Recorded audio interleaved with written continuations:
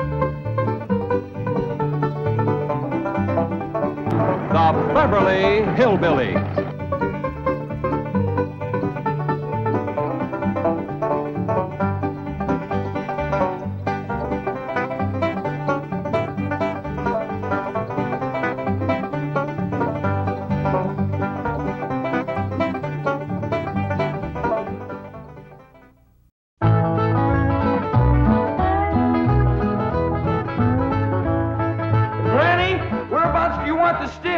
Over here on this side of the cement pond, Jethro. Okay, Granny.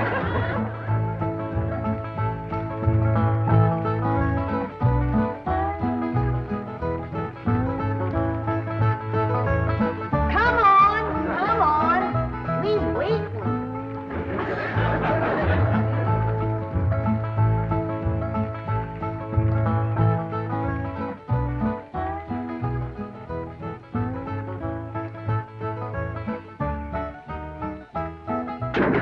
Turn it a mite that way, Jethro.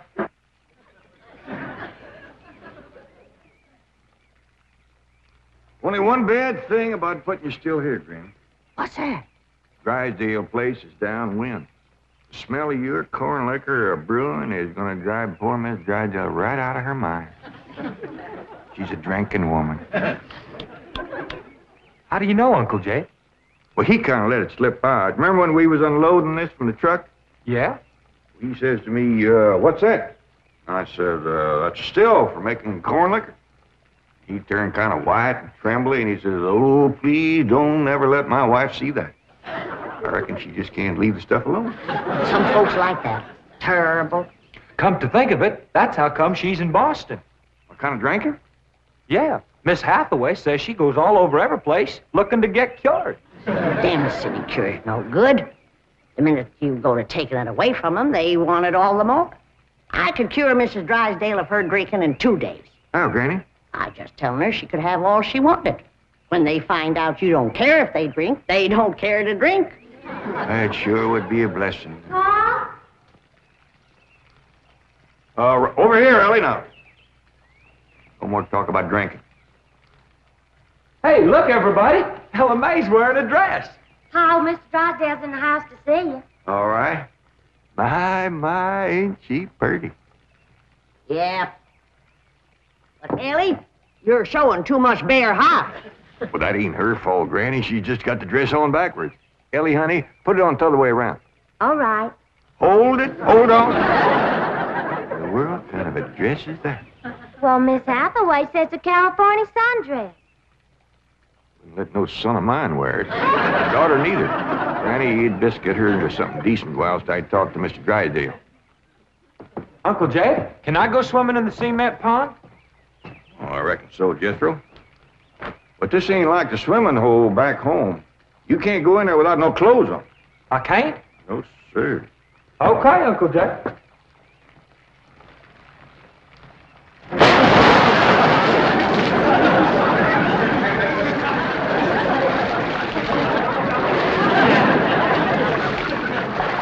Someday I gotta have a long talk with that boy.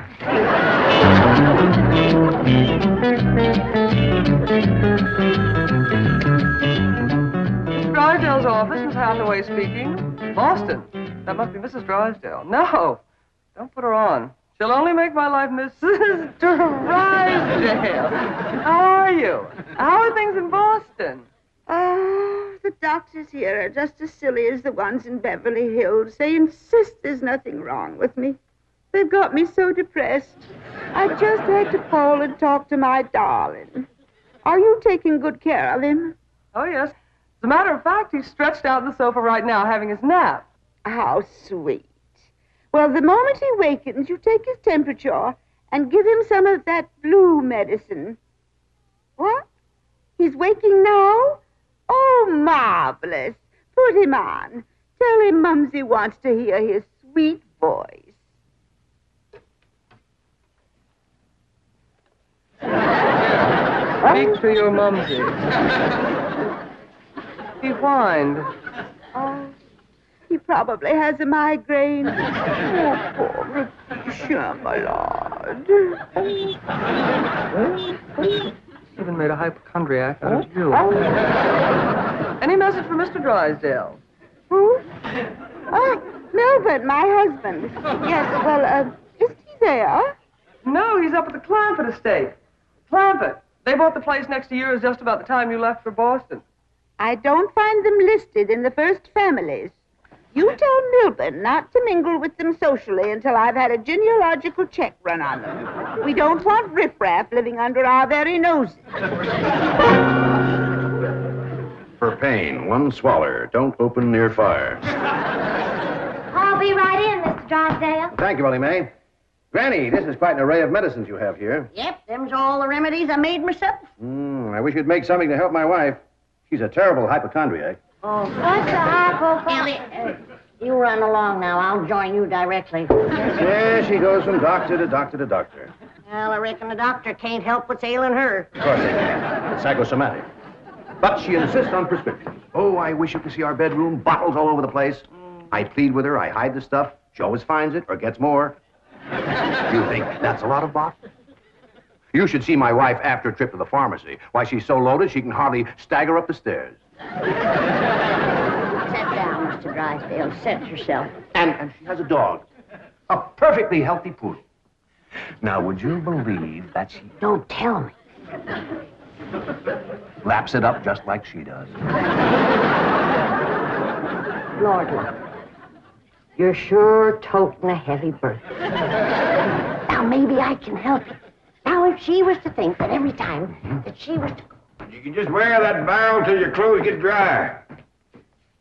What happened to Jethro? Get too close to a skunk? He jumped in the pond with his clothes on. Mr. Drysdale, I'm sorry to kept you waiting. Did Granny tell you about her complaints about the kitchen? Jed, I'm ashamed to mention my piddling troubles to a man bowed down with the misery he's got. You know his wife.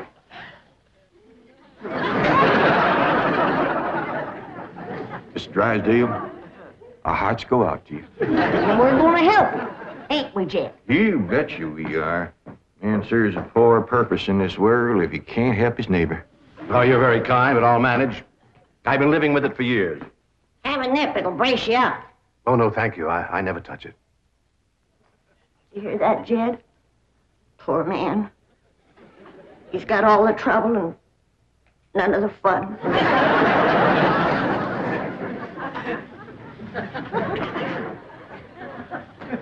There goes a soft-hearted woman. Yeah. Now, about her complaints. Oh, yeah. Well, for one thing, that electric meat grinder has been giving Granny a heap of trouble. Electric meat grinder? Yeah, listen right here in the dish trough. Oh, it grinds the meat all right, but then you can't find it. It goes down that pipe. Granny lost 2 squirrels and a rabbit in that thing. That's a disposal. You only put things in there that you don't want. Now, Mr. Drysdale, that ain't altogether true. Granny sure one of them squirrels and that rabbit. And another thing, this here sideways pump don't work at all. We must have carried in a barrel of water to prime that thing, but it doesn't work. Oh, there's another thing. Every once in a while, this little thingamajig here makes a ringing noise like that. There it goes again. Well, that's the telephone. Someone's calling you. I don't hear him. They're calling you on the telephone. Say hello into it. Hello. You have to lift the receiver first. Now say it. Hello. Mr. Clampett? He said my name. Can he see through this thing? No. Mr. Clampett, may I please speak to Mr. Drysdale? Well, they sure can see, or else how would they know you're standing here? That's my secretary. She knows I'm here. Yes, Miss Hathaway.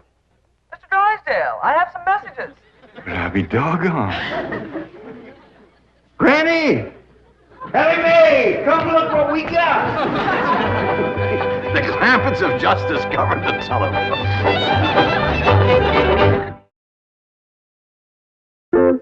Yes, indeed. This is a marvelous invention. With this instrument, you can talk to anyone, any place in the civilized world. Can we talk to my cousin Pearl? Oh, yes, of course. Right now? Yes? Ellie Mae, run out back and fetch Jethro. Oh, wait a minute. You might not have his clothes on yet. Oh, I'll get him. Jed, is he greening us? Can we honest to goodness talk to Pearl on this team? You heard what he said. Hello, Pearl, you old rascal. What you doing back there? Oh, there ain't Pearl. This here's Ellen. Oh, ladies first. You gotta pick this thing up. Hello, Pearl, you old rascal. What you doing back there? Oh, there ain't Pearl. This here's Ellen. What's she saying? You saying a word, you just humming. Jamie, humming a tune. Shut up, humming, and say something. Jethro will be right in. You ready to call Pearl? You've been a calm, but you just hum. That's dial tone. First, you've got to dial long distance like this. Okay. Howdy, Pearl. Hello, Pearl, you old rascal. What you doing back there? Oh, there ain't Pearl. This here's Ellen. This is long distance. We know that, Pearl. Oh, I believe you have the operator. What's Pearl's number? Number? Operator. Just a moment, please. Hey, folks. Mr. Drysdale told me what y'all was up to. You can't talk to Ma on that thing. Well, look who's getting too smart for his britches. Too big for him, too. Mr. Drysdale says we can talk to her. Yeah, you think you know more than Mr. Drysdale? Well, I know Ma ain't got no telephone. Excuse me, call operator. You sure spoil things. Yeah, who asked you to butt in? I'll get it. I know what to do when it does that. Hello? Yeah, he's here. Well, for goodness sake. Well, sure. Well, howdy there, Miss Drysdale. This here is your... Margaret! Oh, how wonderful. What? Man? No. Oh, yes, the telephone man. Well, how are you? I'm worried, that's how I am. I'm afraid, Milburn, that you've let the wrong kind of people move in next door to us, and I'm dreadfully upset. Now, dear, you mustn't let yourself get into this condition. Control yourself. No, dear, you mustn't come home yet. No, not until we get them in shape. I mean, get you in shape. You know, now we'll wait until you're cute. Milburn, I want to meet the Clampetts as soon as possible. Now, when will that be? What about Christmas? Next year. Milburn, this conversation is making less and less sense. Now, I want the truth about the Clampetts, or I'm flying home immediately. Now, Margaret, please control yourself. I don't want you flying. No, please, dear, please, stay on the ground. Dear, why don't you lie down and take a sedative? And I'll call you from the office. Goodbye. I'm sorry, my wife.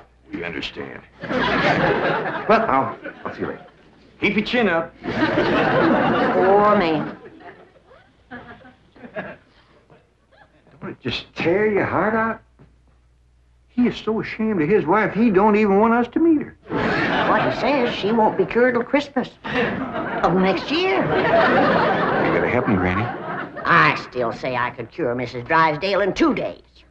Sure be worth a try. If we could get her out here. Kid, misery loves company. And if that poor, miserable woman thought that she had a drinking friend living next door... Granny, you ain't ever down more than a thimbleful in your whole life.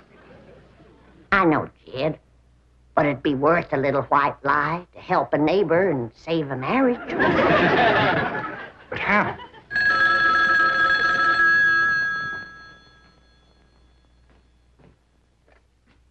Hello? Yes, ma'am. Ain't that a stroke of luck, Granny? It's Mrs. Drysdale again. Well, no, ma'am, he ain't here, Mrs. Drysdale, but Granny and me'd like to talk to you. We your next-door neighbors, the Clampetts. Listen, honey, I got my still set up not 50 feet from your back door. Now, you come on home, and you and me will get glassy-eyed, falling down crocked. We'll get juiced at eyeballs. How does that sound to you, honey? I don't hear nothing. Me neither.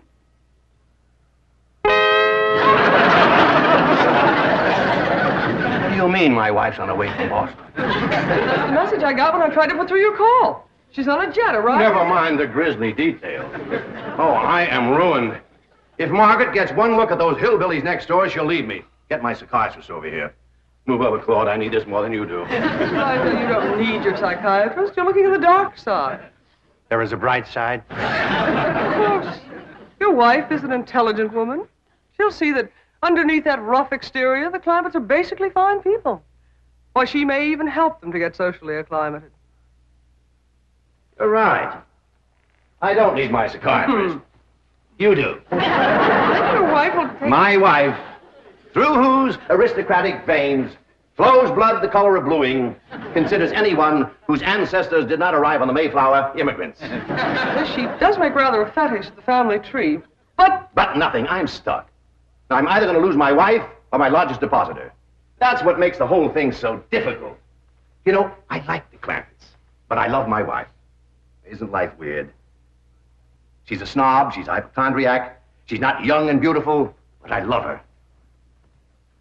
And now I do need my psychiatrist. Now, Mr. Drysdale, as we used to say at Vassar, que tout devient tout éclaircit. Courage will light your path. Yes, I know what I have to do. I'll go to the airport.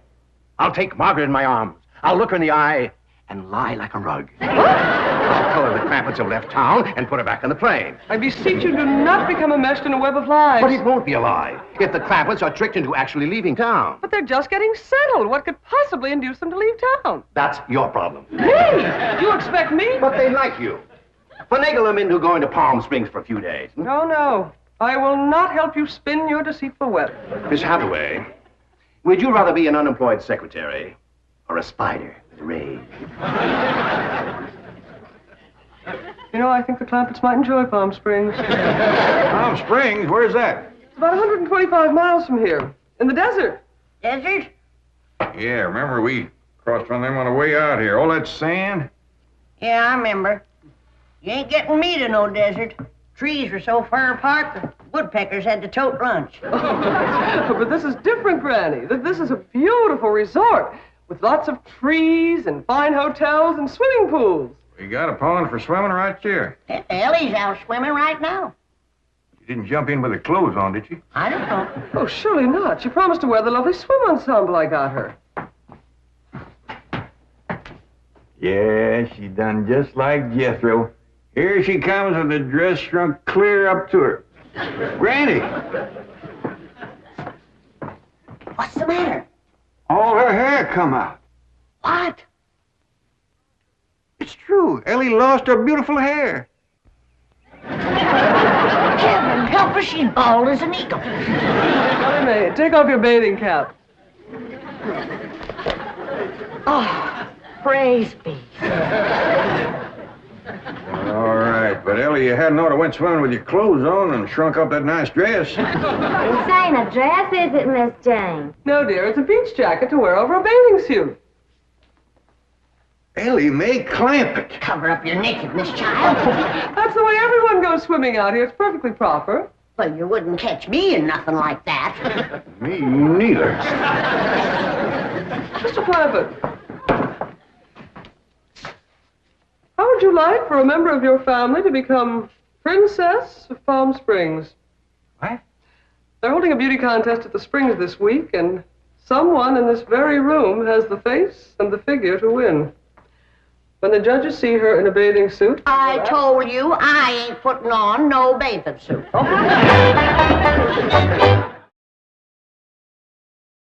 Believe me, Mr. Clampett, this beautiful daughter of yours can win that Palm Springs beauty contest without even trying. Can we go, Pa? I'm sorry, Ellie Mae, but I just don't cotton to the notion of a bunch of strangers gawking at your bare limbs. Besides, we already know you're the prettiest. Why shame all them other girls? Run along and get some clothes on. Yes, sir, Pa. Mr. Clampett, I do wish you would reconsider about going to Palm Springs, even if Ellie Uncle doesn't... Jay, Duke, and... Howdy, Miss Hathaway. Jane to you, Jethro.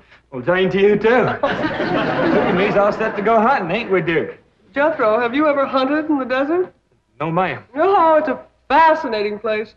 You might even see a mirage. If there's one there, old Duke will tree it. He's the best hunting dog there is. Well, I love hunting around Palm Springs. You'll all love Palm Springs. They have wonderful hotels. Have you ever stayed in a beautiful hotel suite? No, I ain't, darling. Granny, let's you and me go and leave these two lovebirds alone. No, wait, please, let me take you all to Palm Springs. Well, I'll tell you what. Why don't you take Jethro and Ellie Mae, and me and Granny will stay here. But then Mrs. Drysdale would see. I mean... Is Drysdale coming home? Is that why you was trying to get us out of town so we wouldn't meet her? Yes, that is the reason. I'm so ashamed I could die. Well, now, don't go to crying about it. The way I look at it, ain't nobody got a right to be ashamed of nobody else. Good Lord made us all, and if we's good enough for him, we sure ought to be good enough for each other. I hold back on them tears. You was among friends. Why, I remember a long time ago hearing a fella say it. He said it just about right. He said, there is so much good in the worst of us and so much bad in the best of us that it don't hardly... Boo! Well, go ahead and bawl. It'll make you feel better. I'll tell you what. If this means so much to you, we'll all pick up and go to them Palm Springs with you. Oh, bless you. Mr. Drysdale will be so happy. I'll go help Ellie Mae pack. I'm telling you, that Miss Drysdale must be a mess. She's gonna need our help, Jed. This is a poor time for us to be a-leaving. Yeah, we gotta help her once we get back. Right now, we gotta respect Mr. Drysdale's feelings. Jethro, you go get the truck ready. Okay, Uncle Jed.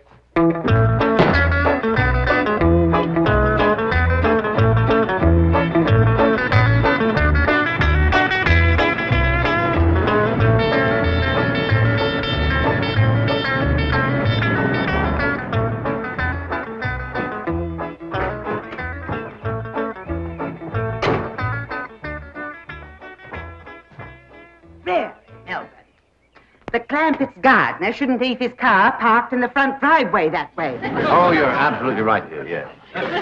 Oh, Margaret, don't you want to stop at home first and freshen up? Take some medicine or something? Milburn, I have just flown 3,000 miles to meet the Clampetts, and I intend to meet them right now. Oh, Donnie, they're probably out of town. You see, they travel extensively. Oh, they're wonderful people. It'd be a shame if you missed them. But I know how anxious you are to get back to Boston and your doctors. And Sonny. How is Sonny?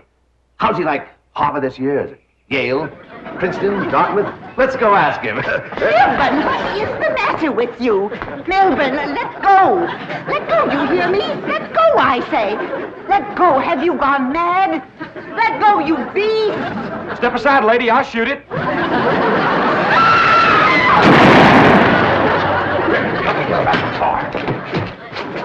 What'd you shoot, Jethro? I think it was a fox. Who's that? My wife. And why aren't you in Palm Springs? Let's get her home as quickly as possible. What's going on? Jethro shot a fox. That's Miss Drysdale, stewed to the gills. No wonder they didn't want us to see her. Poor woman. You mean poor husband. Yeah. We can't go up to Palm Springs and leave our neighbor at a time like this. That's right. We gotta pitch in and see that his wife gets cured. Uncle Jed, are we going hunting? Might as well. It'll be a while before she sleeps that one off. Well, I hope there's some possum around. These skinny old California foxes ain't worth shooting at.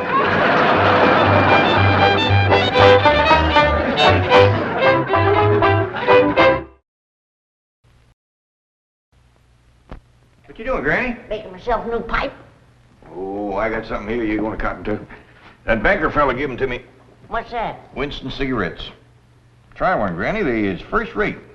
Well, if you say they're really good. Best smoking you ever had.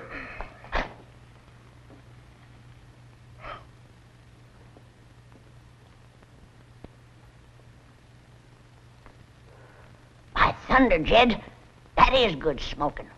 Now try it this way, Granny.